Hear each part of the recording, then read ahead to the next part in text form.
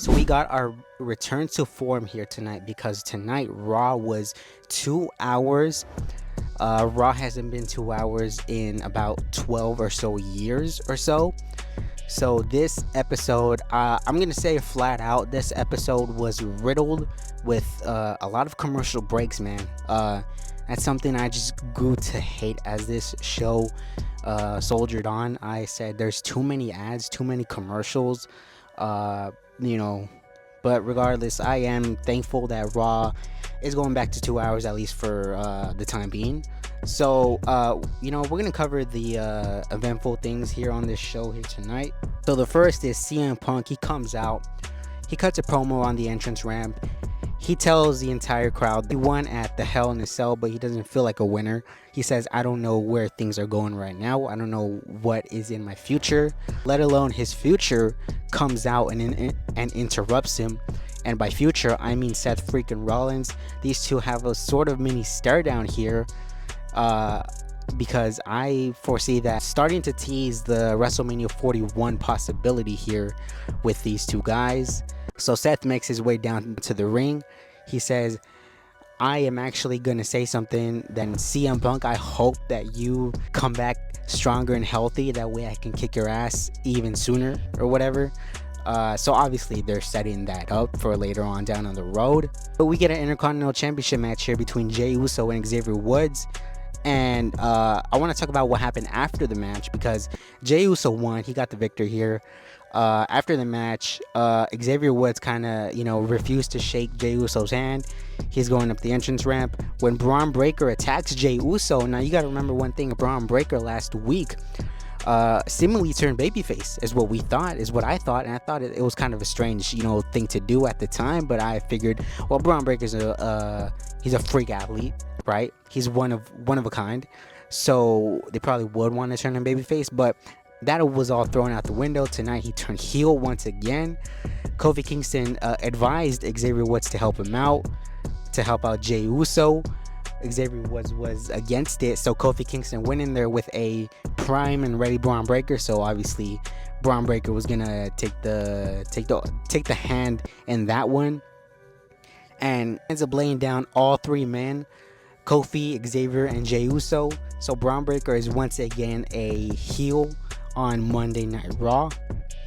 And we got sort of a split second thing here with the Judgment Day. The Judgment Day sort of just arrive. They're asked the question whether Raquel Rodriguez is a part of the Judgment Day. They say nothing and they just leave the show. Obviously, they're kind of sort of trying to tease the fact that Raquel, is she a part of the Judgment Day? Whose side is she on? The famous Hulk Hogan expression, whose side is he on? But Raquel is the muscle essentially now of the Judgment Day. We got no Rhea Ripley here on the show other than a backstage vignette sort of thing. And Cody Rhodes makes a appearance here on Monday Night Raw. It was kind of weird for me because I said Cody Rhodes, last time we seen him on Raw was before WrestleMania.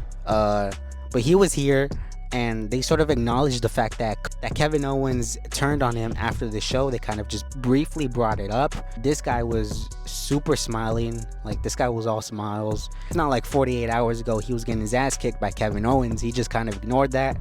Sami Zayn came out here. And the whole reason why Cody Rhodes was even here was to sort of spectate the main event, see what was going to happen in the main event, because we had a world title match here tonight. And Sami Zayn come up and said, hey man, if you want to talk about what happened with Kevin, Cody just quickly brushes him off, says, nah, I'm cool, I'll deal with that later. Right here tonight, I'm here, dealing with business and whatnot, because tonight we were going to get a Sami Zayn versus Gunther match for the World Heavyweight Championship. And this match, now looking back on it, this match went about 15 minutes or so, and it was riddled with a bunch of ad breaks, a bunch of commercial breaks, and the last few minutes were, they were the best moments, but definitely this could have used a lot more time. This could have, gone a little bit longer.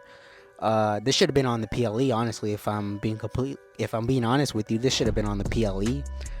Give it more time to breathe, because these two men, they can knock it out of the park.